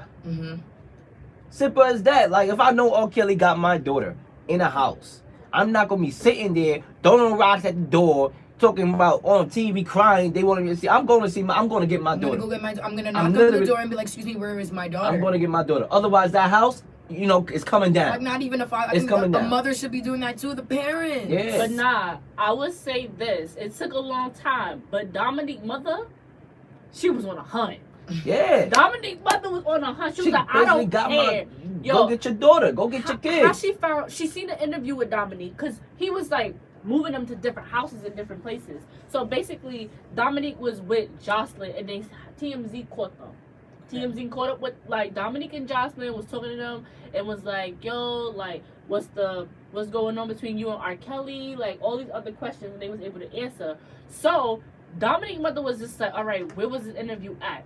Oh, Hollywood? Okay. Where were they at? Like, she was like mapping things out, and then she finally found the hotel. She went to the hotel and was like, oh, told the whole story. She was like, yeah, I'm here to surprise my daughter for Mother's Day. It wasn't told the story, but she was like, I want to see my daughter because it's Mother's Day, and I haven't seen her in a bunch, like, in the years. Like, I just want to surprise her. Like, she don't know I'm coming. Well, she did it, but she set it up like, oh, like, my daughter and I still talk or whatever, but I just haven't seen her in a couple of years or whatever. And the hotel manager let her upstairs and had her see her daughter. Like, she was on a hunt, Then she called Jocelyn parents like, oh, I found Jocelyn. Why the parents wasn't when you trying to help find Jocelyn? Exactly. Like, why you was the one that's telling them? But she got her daughter and she dipped, but the daughter went back and then the daughter came back home. I was like, Exactly. Yo, it's just crazy. So what? All right, now, all right. You gotta watch all Right. 6 parts. You gotta watch all 6 6 parts. How long are the parts? I mean, An it's hour. interesting though. You will It's probably it's going. good. All right, because I thought it was It's interesting and nasty at the the same reviews that I time. was getting. I'm like, maybe I shouldn't watch it because everyone was just like, black, and everyone was just like, wow, I'm like, maybe I shouldn't watch it. Yeah, and people was like, oh, should we even still listen to R. Kelly songs? I'm like, but Yeah, how do you guys feel about know. that? I don't know. I don't listen to I him don't like know. that Like, anyway. yeah, I wasn't even listening to him. I Like- mean, like, honestly, same girl. See, that's the Usher, thing, that's the hold thing. out. Yo, that was the song. I used to sing that in middle school Nah, all the same time. girl though. I used The to sing that in video. middle- Oh man. But still, like, That's my it. thing is, that's what got these girls in the situation at the first place. The music. It's Being the- blinded by the nah, music, the got you music. over there acting like a fool and not knowing what your A surroundings was. blessing and a curse. You know what I'm saying? Blessing and a curse. So, like, it goes for us too. We support guys that, make outlandish statements and that don't really care about us. We support them because they can sing or they can rap, and that's just the issue. Yeah. And to be honest, the people that are supporting him, you gotta watch out for them. Yeah. Like on some, like really supporting him. Like at the end of the day, he makes great music. I mean, now you think No, about he it, does. you were listening to the lyrics, and like, He was saying if what he you was doing. singing right? this, that means you kind of supporting it. Kinda. Yeah. All right, so that's what the whole thing, like, where people is like a little taken back by, because his ex-wife / baby mother, Drea. I don't know her. It's I think it's Andrea, but Drea. But like, I've known her from the Hollywood Exes show. That's how I know her. Like, that's how I knew her, because I didn't grow up watching his performances. Mhm. She was his choreographer. She was like a backup dancer. She was his wife. She was his baby mom. She was like everything. Mhm. And basically, like, it was a video that surfaced of her singing one of his songs, but mind you, she was the main one. She was the main one that helped put the whole documentary together. So people was like, So you're where are still, you? yeah. So people was like, you was supporting him, but at the same time, like, he did all these things to you, and you still supporting him. So that's also a debate that people are having. But I'm like, hey, like, I can't control her life. Whatever she want to do, hey, that's what she gonna do. So. Listen, it's just crazy. Like, and then another thing is, the people that were silenced, because you cannot have a whole sex code going on with nobody knowing. Mhm. People knew. Some people knew. Security, whatever His it was, whole they knew. They knew. team. And just sit there and just allow that to happen and not come forward. They need to be. They Those are not cowards the too. ones. His whole team knew, because his whole team was just like, yeah, we were seeing him going back there doing all this da da da da. And I'm like, So why'd you support it? What is it? Was it Because was the money really? That's the But money that comes into play. That silence people. I don't even know if it was the money, because, like, like, some people, I'm not gonna, like, defend them or take their side, but in some cases, like, you go into a shock where it's like, yo, like, how am I supposed to handle this situation and stuff like that? So, I mean, at some I don't point, know. you go in shock. Like, I can't believe this is happening. Then over time, you gotta get over it and Yeah. help and stop it. You know what I'm saying? People allow money to silence them. And my thing is too, there was other people that was asked to be in this documentary that worked with R.Kelly, famous people that we know of, that declined it. We gotta look at them people too, because you have the John Legends who participated in it. He was like, listen, this guy raped girls. I'm going to speak on this, against him. And you got the other people was cowards. coming at Yeah. him. People was. See, that's the thing. I wasn't sure. I don't know. That's the situation here. But it goes to another thing about the money silencing part. This is the thing I wanted to bring up with Colin Kaepernick too, because like I said, we definitely. I know I had you on the show. We talked about it. Nike made a profit, and Exactly. I would say this: I don't think Nike in any means did it because they cared about social injustice. I think that they saw opportunity to make money, and I can't fault them for that, because at the end of the day, when you're a business, your thing is, how do I make money? How do I make a profit? And that's exactly what they did, and it paid off, because at the end of the day, yes, it could be the older folks who tend to disagree with what Kaepernick did, but who buys Nike? Not the older folks. The younger folks. The younger folks, and the younger folks is mainly who back up Kaepernick. Exactly. So they saw that, they saw the demographic, and like, you know what, this is the perfect opportunity to take this, Kaepernick situation and make a profit off of it. And not to be rude, like, once you're old, you're gonna not be here in this room anymore. So we, we're the future. So like, what do you expect? A lot. We talked about how we, was very pleased about what he did, the message that he brought up, commended him for sacrificing his job and, potentially his life to take a knee during the anthem and all that. But recently in the NFL, and I don't know if y'all really care with sports like that, so I'm going to just say everything that's happening.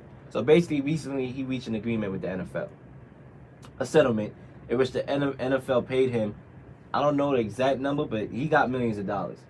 And basically what it was basically, if we give you this money, basically you can't talk about anything that went on in the collusion case. Yeah. And any of that sort. We'll give you the money. Basically is telling him like, shut up, da da da.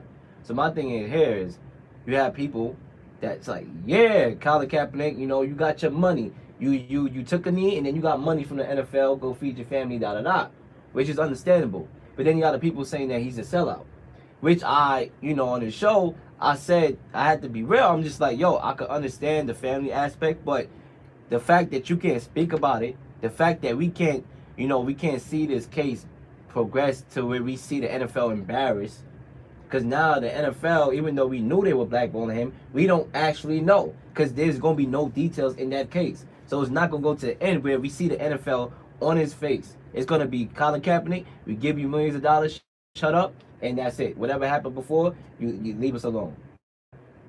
So what are y'all thoughts on that? Because you could understand, like, all right, took the money, he don't got a job no more, even though he has money on doing endorsements, Nike commercials, obviously. Or is he just one of those people, a sellout? Because it reminds me of other people that get money and you tell them not to say anything. You play a sport, you entertain, you rap, we give you money, don't say nothing. What are y'all thoughts on that? I see y'all faces over here. Y'all over here. Because I'm thinking, like... That's what the Real Leel show is about, to get people to think. Alright. Let's get it. So, he's a sellout because... Basically, because people are saying because he took the money. He took the money. And because he took the money, he can't talk about anything in the case. He can't publicly, basically criticize the NFL. He just had to be silent. Wait, so who did he take the money from? The NFL. I didn't even know he got money from them. Exactly. Yeah, Alright. That's what I'm like. Alright. I feel like... Me personally, I wanted to see it progress. Like, I understand the money part, but I wanted to see it progress. If he didn't take the money, they was gonna go until the point where we would have saw the NFL on their face, and we would have knew. It would have embarrassed the NFL if it went further. The NFL's already embarrassed. It is, but True. I feel like you want to see it because they're embarrassed, but not to the extent that they would have been had it went all the way. Because then it could have been then it would have been the real controversy. Because now you silence a guy now, you feel me? And everyone knows he's not really silent. Well, we have yet to see, because he could face penalties. That's something you have to abide by. You're gonna have to be smart if he still wants to do this whole Colin movement where the whole, fight for our rights, all of what he was doing. I think he has something like in the bag. Like, I think he's like about to do something crazy. I don't know. You never know. I mean, you could be doing as much good as you can for your community, and when you see that $1 million check that somebody's offering you, to shut up, and you just like, damn, that's all I gotta do is shut up to get that check. People sometimes they get blindsided by it. Even the greats that we know of, they can get blindsided by money and fame. Tupac, we think Tupac is this 100% Christian mercenary, but he had to develop that. He got blindsided with the money and the girls and all that before he became the Tupac that we know of. And even then, he still kind of got blindsided by, not being a leader and, by, let's say jumping on Landon Brown that ended up in his death. But he still was that positive influence. He just got sidetracked. So it could be like that. Feel me? It's a debate. You feel me? It's a debate to have. Because I can see where a lot of people coming from. Where we go to both ways, got the money, feed your family, we happy for you. Black man, get money, da-da-da. And we already know the stance you took. Me, I just wanted to see him finish it to the end. Just take it to the end and just continue what you already started. You already drove the ship. You're the captain of the ship. Captain. He did all you of cannot that. leave the ship in the middle of the water if you're the captain. Oh, yeah. So who's going to drive the ship? it's called isn't it the Kaepernick movement? I was gonna say somebody gonna have to step up. Yeah, like It's either someone steps up or we just literally said, "You guys win." You guys win. And the thing is, I feel like either way, we're still doomed. Like we're still doomed. We're just bringing awareness to the doom. At this point, Like we're just making people realize, yo, this is what's going on. This is what happens. Is either you guys are stay strong about it, or we give in and we just like, hey, listen up. You could do whatever you want to us now. Because his protest buddy, Eric Reed, who protested with him, who was like one of the only ones to do so when other people were scared, he's back on the football team. So people also probably could look at him as a sellout because he's back on you're back on the football team. yeah. So Kaepernick like, didn't go back on the team. He he didn't get called. You feel me? We still have yet to see an offer to the guy. Okay. So that's another thing we'll have to wait and see. If he gets offered a spot on a football team, wait, is he going to take it? Is he not? You know, it's iffy. Right now, he got money. So I really did not know that he got money from them. Like, Which is a win. It's actually a win in a way, but like I just like me personally. You wanted it to continue. You wanted him to continue the movement. You wanted him to keep doing what he's doing until the NFL realized got proven that the NFL really did, because we know what they did, but not everybody. You still had the ones that are on the outside thinking about the whole entire daggone flag issue with the military. That's not knowing the picture yet. I honestly feel like they know and they just do not want to know. Like everyone knows, everyone knows why Kaepernick kneeled. He's kneeling because he's, standing up for police brutality. Like everyone knows he's not trying to just. Everyone knows that. Like, and if you don't know, then now you know. Biggie Smalls. You know. Like now you know. You feel me? And like if that. you don't know, now you know. I feel like the people on the outside, they just want to be on the outside because it's the outside. You don't really do anything outside. You're just there. And they need to come from the outside because it's pretty windy out there, man. It is windy. I really almost died. Over here blowing my mind. Facts. But yeah, I don't know. We honestly gonna have to see how this play out. I feel like he has a plan. There's no way Kaepernick doesn't have a plan. Like, knowing him, he really jeopardized his whole career to do this little thing. There's no way he doesn't have a plan. Like, might as well like everything happens for a started. reason. Yeah. Like, if he really took the money, he's about to probably flip it. We'll see. He'll probably flip it and do something crazy. I feel like, alright, crazy on what sense? I don't know. Knowing Kaepernick, I don't know. He already kneeled. And that was crazy. He already knelt. So like once you kneeling. That was crazy. That was itself. it. That was crazy. That was itself. your whole. And you knew what he knew what he was doing. He was like, I'm gonna kneel. I know everybody gonna see me kneel, and I don't care. Me and her brought up something earlier, and I remember seeing you sharing it about the boy. You probably know it more than I do. That it was in his classroom, and he didn't. I think he sat down during the national anthem. No, he didn't sing it. He didn't sing it or something like that. And he got arrested. Yeah. That's What? still not making sense to me. So this is what we're doing now. Now we don't want to sing. You gotta go.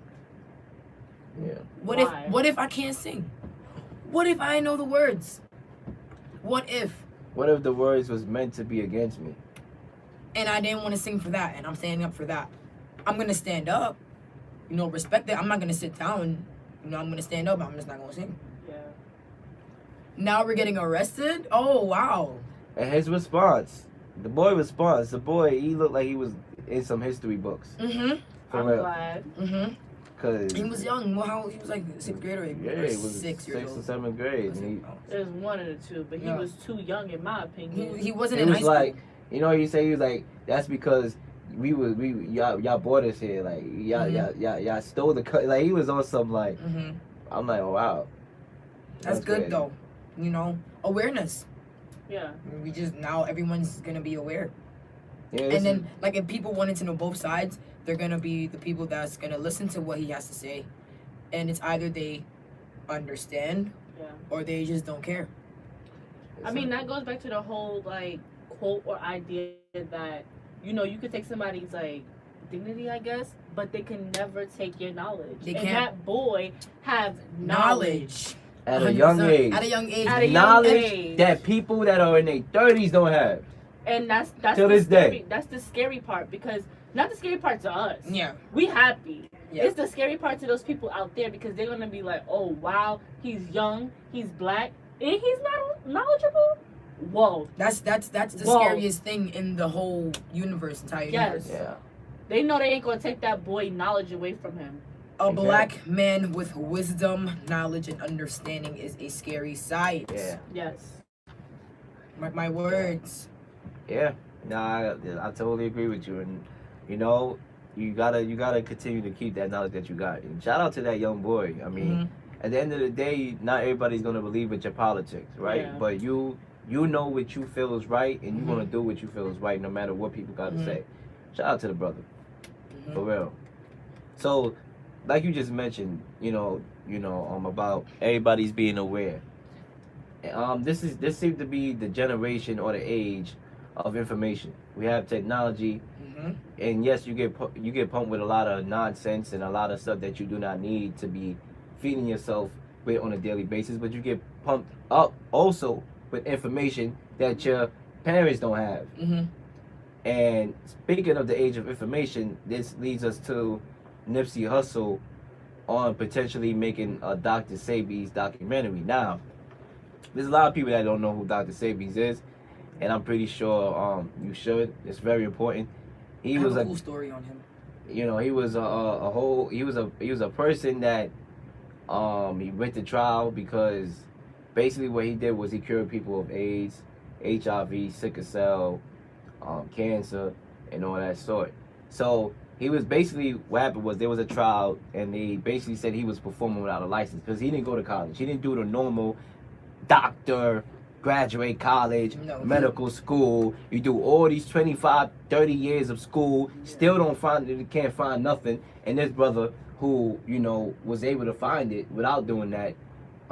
That's scary. He was only asked to be one person with documentation that proved that he cured me from so and so. He bought, I believe it was 77 people around that.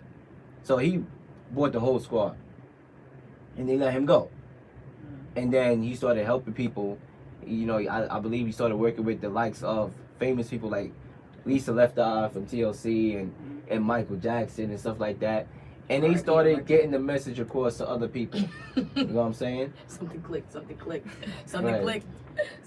What happened? Go ahead. Okay, so boom. You just said that he was working with Left Eye. R.I.P. R.I.P. She was in Honduras when she died, and Dr. Sebi is from Honduras. Uh-oh. Conspiracy talk over here. I'm not gonna do this. Let's hear it. I think my dad was like friends with him or something like that. Let's hear this. Like my dad was. But the people that he worked with, cause I don't really know how she died. Wasn't it? Dang. She went out there for like a retreat. She got sick or something. Something like right? that. Something. Yeah. Exactly. So what's one to do? You thinking he killed them? No, I don't think he killed them.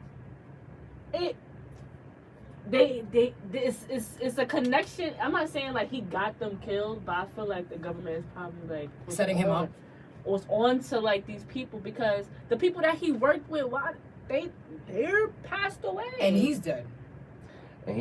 So apparently he was in police custody when he died, and they blamed it on leukemia. And my thing is, my son, man. and my thing here is, all right, so you have somebody that's healing people, and the excuse you're gonna come up with is leukemia. If he would have healed himself. Oh. At this point, he would have.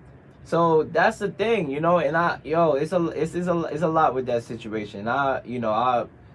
There's a lot. He's got products in stores. He had people running products, and it's a lot of money. It's a lot of money, but I know a lot of radio personalities that's on it. your local like Angela E's and people I mean, that's at on it. this point, if they could afford somebody Birkin, Gucci, Prada, Yeah. they could buy his stuff. It's $750. They could Listen, buy it. if you got But money, then You again, know, money, you can buy it. when you think about it, when you are sick and you paying for chemotherapy at your local hospital and you keep going back because you keep on having to do it, it adds up. When you could just buy the products, obviously it's expensive, but you'll basically be healed and feel better. And as far as you going and keep spending money, Yeah, I'm about to say, by the time you do the math of chemotherapy and doctor visits and all that other stuff, it's gonna total up to like the price of like that one bottle anyway. So my thing is, I just had a question. If this guy can prove that he healed people and he healed a lot of people, how come we still don't have a cure for some of these diseases that this brother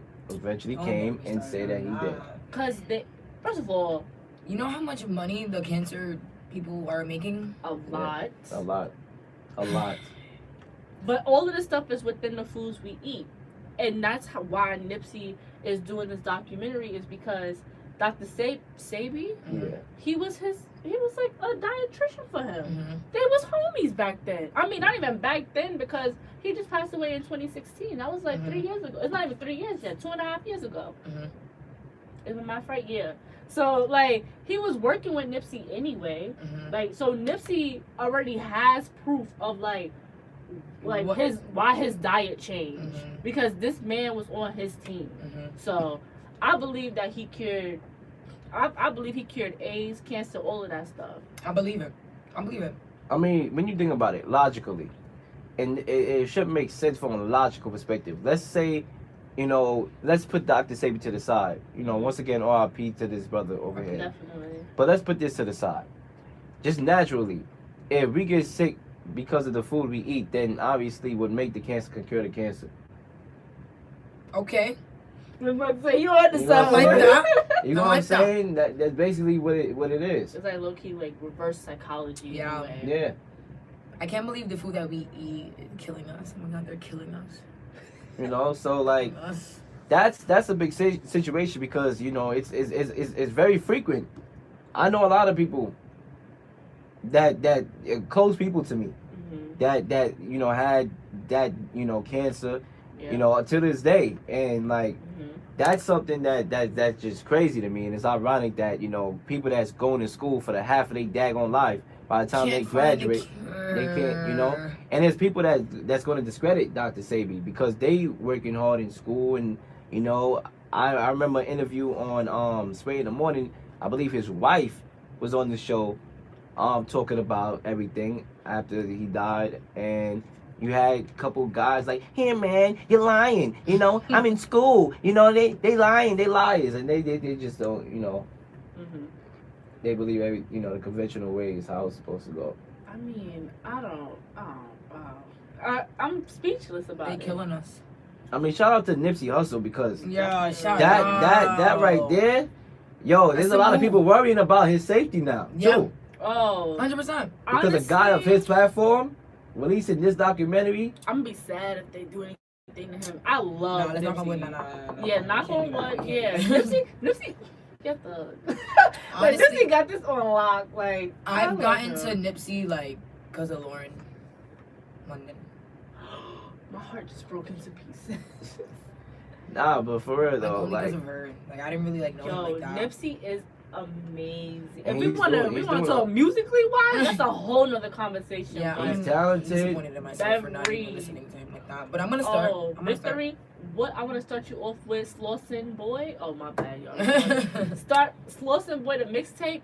Amazing. You know, I'm just gonna I download it right now. mean, he's talented, and He's a he does a lot for the community. I've been peeping that. I've been noticing that, and he's taking a big step forward by working on this documentary. Now I hope that he gets all the information right. Obviously, you want to be accurate when you do stuff like this, and you I'm want sure to he's gonna talk to the family. You If have you to have talk to the connects family. with Dr. Sabi, you probably have connects with his family. you got to be able to And talk I to the family. feel for sure, I feel like he for sure has connects with his family.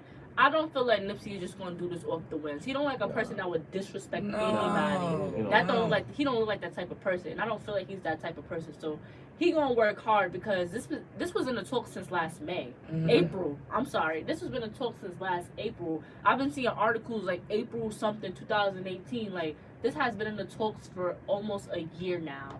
So I think he is serious. He's on. Look, the way y'all talking about him, he's serious. Oh yeah, he's serious. 100% he's serious. I just love Dipsy, honestly. But ladies and gentlemen, that pretty much wraps up this episode of the Real Leel Show. Ooh, 2 hours And 30 minutes. yeah, 2 hours and a half. Y'all know how we do. Yeah, we tried. Catch me on Thursday in the Huddle, my sports radio show with Kenny C and Anthony at 6 o'clock. WSUCFM.com is the only way you can listen to it. Once again, WSUCFM.com. Last week was a great show. We're going to be going at it, and then we'll be right back here on Monday. Same time, 8 to 10, possibly 10:30. We had good discussions like this. Tune into the Real Leel Show.